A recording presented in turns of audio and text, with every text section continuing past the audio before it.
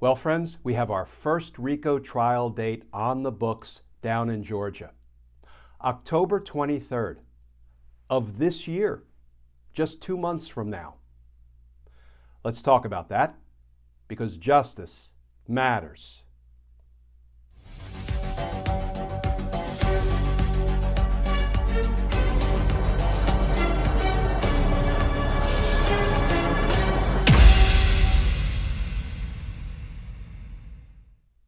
Hey all, Glenn Kirshner here. So friends, the first RICO trial in the Georgia case brought by District Attorney Fani Willis is now on the books, and it's against this guy, Kenneth Chesebro.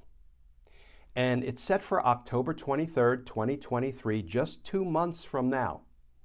And as of right now, defendant Chesebro is the only defendant set for trial, scheduled to go to trial on October 23rd, the only defendant of the 19 defendants.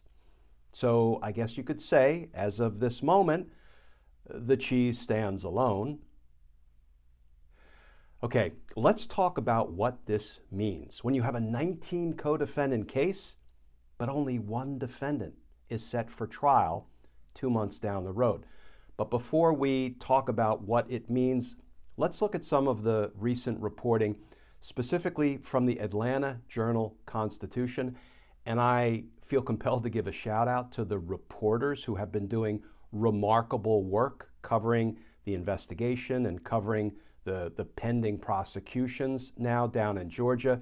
Tamar Hallerman, Greg Bluestein, Tia Mitchell, and others. They've been doing remarkable work. And here is the new reporting from the Atlanta Journal-Constitution. Headline, Fulton judge sets October trial date for Trump defendant. Timetable comes after Kenneth Chesebro's motion for a speedy trial. And that article begins, a Fulton County Superior Court judge on Thursday set an October 23rd trial date for one of the 19 defendants in Georgia's sweeping election subversion case. In a day of fast-moving developments, Fulton County District Attorney Fani Willis proposed the new aggressive start date for the 41-count racketeering trial in response to Kenneth Chesebro's motion seeking a speedy trial. Judge Scott McAfee weighed in a few hours later, setting the trial date Willis wanted, but ruling it would apply only to Chesebro, a Trump-affiliated attorney who was indicted for his work helping assemble a slate of alternate, fake, Republican electors in Georgia. McAfee scheduled Chesebro's arraignment for September 6th, ordered most pretrial motions to be filed by September 27th, and scheduled a pretrial conference for September 29th. Quote, due to the defendant's timely demand for a speedy trial, scheduling will occur on an expedited timeline, McAfee wrote. At this time, these deadlines do not apply to any other co-defendant. Okay, friends, let's try to tackle some of the issues that arise when you have just one defendant in a 19 co-defendant case going to trial on an expedited basis by himself. What does it mean for the one defendant? What does it mean for the other 18 defendants? What are the pros? What are the cons? Well, let's start with why a speedy trial date was set. That is because defendant Chesebro requested one, demanded one, and he has a right to a speedy trial. So District Attorney Fani Willis responded by saying, you got it, defendant Chesebro. October 23rd is our proposed trial date. Now, she added that she'd like to go to trial against all 19 defendants on October 23rd. Judge McAfee looked at that request and said, well, for right now, we're going to set just one defendant for trial, the one who demanded a speedy trial, Kenneth Chesebro. And he, as of right now, is the only defendant set to go to trial on October 23rd. That could change. We'll talk about why and how that could change. So why might Kenneth Chesebro have demanded a speedy trial date? That, at this moment, is the $64,000 question, and there are a few possibilities. First of all, I will tell you, over the course of 30 years prosecuting, many defendants, sometimes defendants just wanted to go to trial quickly, promptly. They wanted to exercise their speedy trial rights. Why? Because they didn't want to live with serious felony charges hanging over their heads. They wanted to get to trial. They wanted it resolved, win, lose, or draw. Sometimes they believed they had a good defense, so they wanted to get into court. They wanted to offer that defense, and they wanted to try to win a not guilty verdict. Those are some of the usual reasons defendants will demand a speedy trial. Here is something else that may be at play, though, friends, given what we know about Donald Trump and Team Trump and Donald Trump's co-defendants like Rudy Giuliani and Sidney Powell and Jeffrey Clark and John Eastman and Mark Meadows and lots of others in the case down in Georgia. It may be, we don't know this, but it may be that Trump and company put Chesebro up to this. What do I mean by that? It could be that they said, you know what, Cheese, you go first. You demand a speedy trial. And if you go to trial beginning in October as the only defendant, you know what? We can all preview the government's case. We can all preview the strength and the quality of the witnesses and the evidence presented by District Attorney Fani Willis and her team of prosecutors. Let me tell you, friends, I've had this happen in a co-defendant case where you have to go against some defendants first, but other defendants second or sometimes third. I've been involved in a RICO prosecution where we had to do 3 trials because there were so many defendants. And you know what happens at that first trial?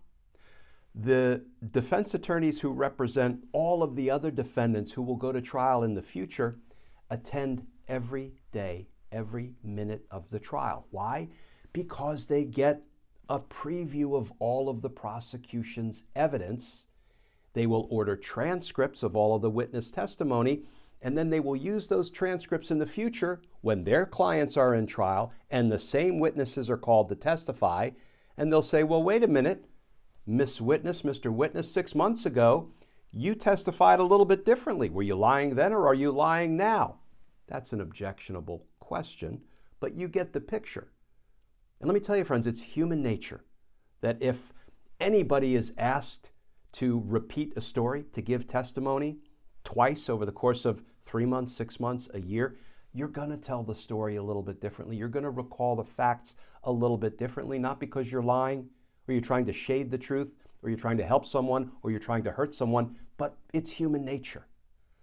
But the folks who go to trial in the future will use everything that they learned when they observed that first co-defendant trial to try to defend their clients, as is their right and their duty, frankly, their duty to zealously represent their clients. So it could be that there was a decision made. You know what? If we can get one person to go to trial promptly, we can preview Fani Willis's case, and that will make our ability to defend against that evidence in the future stronger, better, more effective. That could be. We don't know if that's what's going on. Here's something else that could be going on. Kenneth Chesebro could think, I've got a pretty good defense. And frankly, I don't want to sit there as one of 19 defendants with Rudy on this side and Sidney the Kraken on that side and Mark Meadows and Donald Trump and Jeffrey Clark and all these, people who have done all these horrible things, because then I'm going to get batched together. I'm going to get lumped together, and the jury's going to look at us all and say, you're all in this conspiracy together and you're all guilty. If the jury says that, hopefully it's based on the evidence. But maybe Kenneth Chesebro thought, I want to be at counsel table by myself. And you know what a defendant will do when he is one co-defendant that has been charged in a large conspiracy case? I've had to contend with this. He and his lawyers will say all of those other people who aren't in the room, Donald Trump, John Eastman, Jeffrey Clark, Sidney Powell, Mark Meadows, Rudy Giuliani, those are the bad actors, not me. They told me that this was all good. John Eastman told me this was constitutional to have fake electors. And Rudy and Sidney told me they really had evidence of fraud. And hey, I'm the innocent dupe in all this. I'm not the bad guy. Find me not guilty. And then in the next trial, find all of them guilty. That can be a compelling argument. I've seen arguments like that resonate with the jury when the defendant in trial points the fingers at all the empty chairs and said, those are the real bad guys, not me. Look at me, I'm this nice, well-to-do, well-credentialed, wealthy lawyer. Look at me, I didn't do anything wrong. I was a Supreme Court clerk, for goodness sakes. I'm respectable. Yeah, right. No, you're the architect of the fake elector scheme to try to criminally overturn a presidential election, cheese. That's who you are, and the evidence will prove it. But now I'm sounding a little like the prosecutor I was for 30 years. So those might be some of the reasons that Kenneth Chesebro decided, I want to go to trial promptly, even if it's by myself, without my other 18 co-defendants. I want to go, I'm ready to go. All right, friends, let me tackle one more issue in this rapidly developing story. Will Kenneth Chesebro go to trial on October 23rd as the lone defendant? I think the answer is maybe, but maybe not. A couple of different things could happen. Some of the other 18 co-defendants could also make their demand for a speedy trial.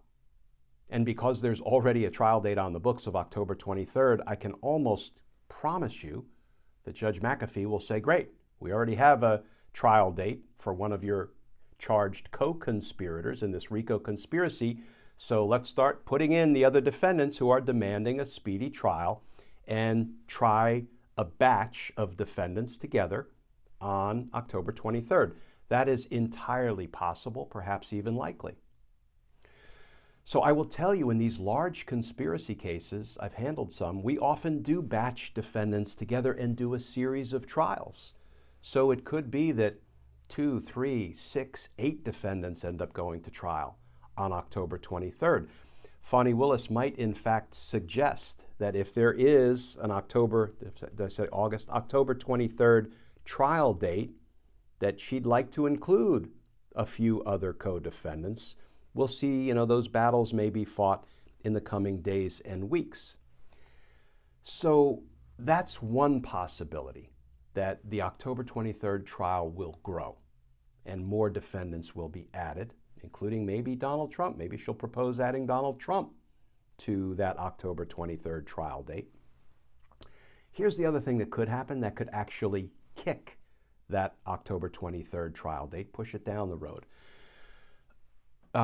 Kenneth Chesebro could start to get all the discovery that will be provided by District Attorney Fani Willis.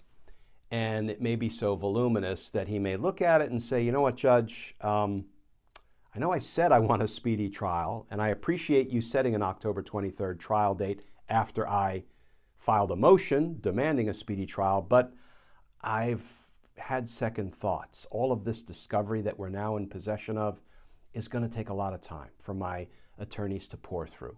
And we're going to have to investigate some of this. And we're going to have to go out and find witnesses. We may have to find expert witnesses to testify. All of that is going to take time. So I am withdrawing my request for a speedy trial, and I'm asking you to vacate, that is cancel, the October 23rd trial date, because I no longer want it. I've seen that happen. I've also seen judges say, no, you asked for a speedy trial date. I set one. The government has been preparing its witnesses and its case to go to trial on October 23rd, and now we're going to trial. Here's what I'll say. Judges don't often like to push a defendant to trial really quickly if the defendant has a good reason to change his mind, to withdraw that request, because the last thing any judge wants to do is win the battle but lose the war. Is win, not that the judge is interested in winning a conviction, but seeing a conviction entered in the trial court only to have an appellate court say, well, you know what? The defendant had a reasonable request when he received all the discovery and said it's a little too much to prepare for a trial just 60 days down the road. So maybe his due process rights were not fully honored when the judge insisted that he stick with that October 23rd trial. And the last thing anybody wants, let me strike that and reword it. The last thing a judge or a prosecutor wants is for an appellate court to reverse a conviction and send it back for a retrial. Defendant who's convicted wants that all day, every day. But you know, friends, ultimately at the end of the day, if defendant Chesebro wants his speedy trial, he has a right to his speedy trial. I think he ought to have his speedy trial, and it sure looks like DA Willis is fully prepared to give him a speedy trial. And all of that is as it should be. Because justice matters.